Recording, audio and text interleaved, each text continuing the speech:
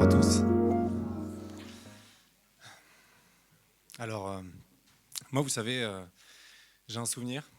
Quand je pense à mon père, le premier qui me revient, c'est toujours le même. J'ai 8 ans, je suis à l'arrière de sa voiture, et comme d'habitude, vu que mes parents sont déjà séparés à cet âge-là, il me ramène chez ma mère. Et moi, comme à mon habitude, je suis en train de rêvasser, de regarder le paysage défiler sous mes yeux. Je repense au livre que je viens de finir de ce week-end-là. Ce livre, il s'appelle Cro-Blanc.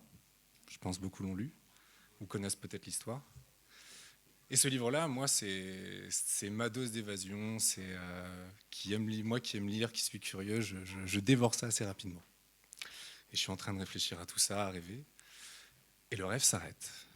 Car mon père me demande d'un coup, d'un seul, sans que je m'y attende, de lui raconter l'histoire. Qu'est-ce que je suis censé lui raconter? Trop de détails. Puis j'ai peur de ses réactions aussi, il faut le dire. Je crois que j'ai tout simplement peur de lui. Et du coup, les mots ne sortent pas. Je ne sais pas quoi dire. Et lui s'impatiente. Il s'impatiente tellement qu'il finit par s'arrêter au bord de la route, me sort de la voiture et me bat, sans me prévenir, sans que je comprenne pourquoi. Mais bon, en fait, j'ai plutôt l'habitude de ça. Ça fait déjà quelques temps que ça dure, et comme d'habitude, moi, je vais rien dire à ma mère quand je vais arriver chez moi. Je vais faire comme si de rien n'était, peut-être pour le protéger, peut-être parce que je me sens honteux, peut-être que je ne comprends pas. En tout cas, ça continue. Et ça continue comme ça jusqu'à mes 13 ans. À mes 13 ans, je suis à ce moment-là en vacances avec mon père. On est à l'île d'Oléron. On fait du vélo. C'est magnifique. Moi, vous me mettez sur un vélo et je décolle. Je ne m'arrête plus. Et on est à ce moment-là au sud de l'île. Pour ceux qui connaissent peut-être le port de la Cotinière, très joli. Jour de retour des bateaux de pêche. On est sur la jetée. On avance avec nos vélos jusqu'au bout. On se balade. Et au moment du retour, on revient, beaucoup de monde, beaucoup de monde qui arrive avec les bateaux, les poissons, et moi je suis excité, là je me balade. Et mon père me dit, s'inquiétant pour moi certainement, descends de ton vélo, descends de ton vélo. Il me le crie de le faire. Du coup je le fais, je me mets à califourchon dessus, je continue à avancer, j'explore. Et ça ne lui a pas plu, apparemment ce n'était pas la bonne façon de faire. Parce qu'il arrive, il me fonce dessus comme une furie, il me prend, il m'éloigne un peu à côté de la foule, il y a encore les gens qui passent sur le côté, et il me met une gifle, puis deux, puis trois, et à partir de trois, j'ai arrêté de compter. Je crois que j'étais dans ma tête. Je suis à ce moment-là, je suis vraiment en train de réfléchir à ce qui se passe, je me dis, pourquoi? Qu'est-ce que j'ai fait pour mériter ça? Est-ce qu'il m'aime vraiment? Qu'est-ce que ça veut dire tout ça? Est-ce qu'on fait du mal aux gens qu'on aime? Qu'est-ce que ça veut dire tout ça? Mais bon, des questions sans réponse à ce moment-là.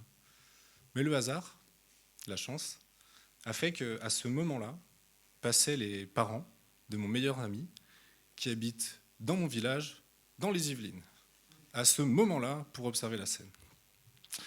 Et du coup, forcément, ça change tout. Parce que là, on parle de ce qui se passe. On en parle à ma mère, on me dit que c'est pas normal, que ça doit cesser.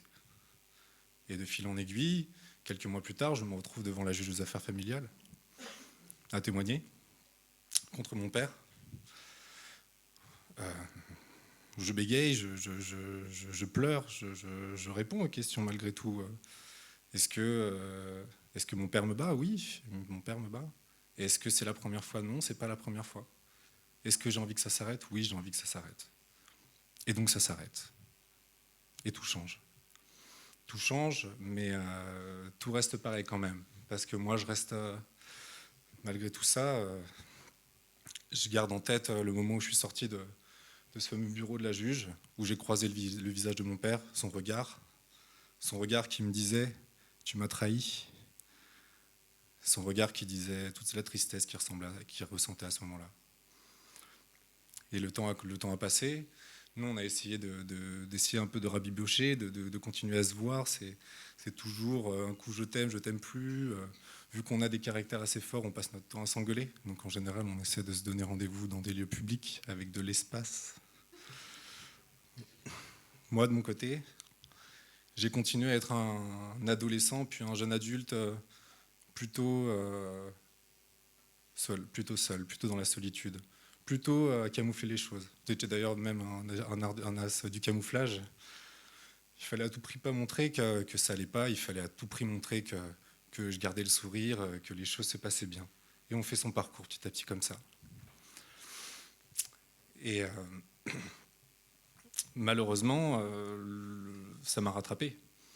Et des années plus tard, à me poser des questions à pourquoi est-ce que je suis si triste au quotidien, pourquoi est-ce que je suis si déprimé, pourquoi est-ce que ces choses-là ne fonctionnent pas dans ma vie, pourquoi est-ce que je me fais plaquer par mes copines façon feu de l'amour version XXL, je ne comprends pas. Donc la solution finalement je l'ai écrite sur un bout de papier après des mois et des semaines, des mois et des années de réflexion, et ça se résumait juste à cela: amour égale douleur. Et là, ça faisait beaucoup de sens à ce moment-là. Mais ça faisait le sens aussi que ça ne pouvait plus être comme ça, qu'il fallait que ça change, qu'il fallait trouver d'autres manières de faire. Et du coup, j'en viens à il y a 2 semaines, oui, parce que c'est tout récent, en effet, pour les péripéties. Il y a 2 semaines, j'ai appelé mon père et je lui ai dit « Papa, j'ai besoin de toi. Ça va pas, j'ai besoin de toi. Je ne sais plus quoi faire dans ma vie aujourd'hui et j'ai besoin de toi. Mais j'ai pas besoin de toi de la manière à laquelle tu t'attends. J'ai pas besoin que tu me dises, que tu me fasses des grandes leçons de morale.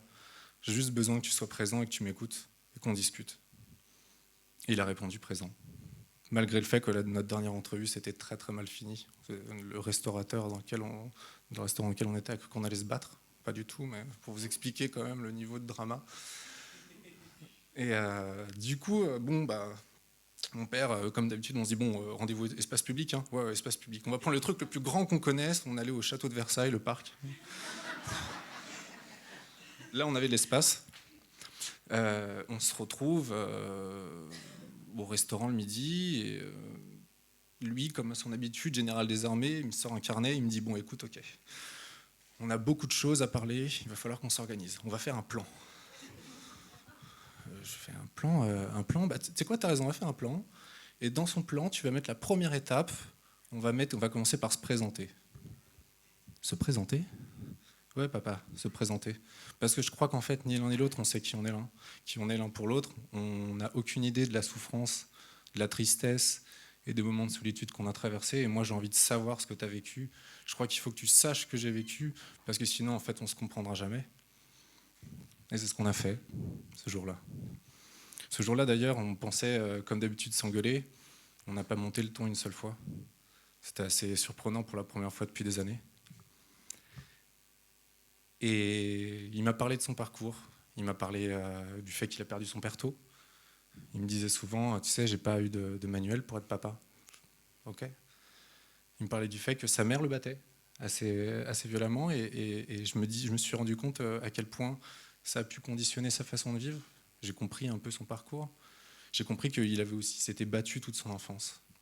Et je lui ai parlé du mien. Je lui ai dit que j'ai passé beaucoup de temps à être triste, à faire semblant que ça allait, et que je voulais plus faire comme ça, que je voulais prendre le taureau par les cornes.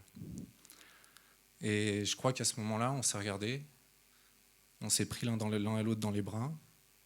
Je lui ai dit que je l'aime. Il m'a répondu.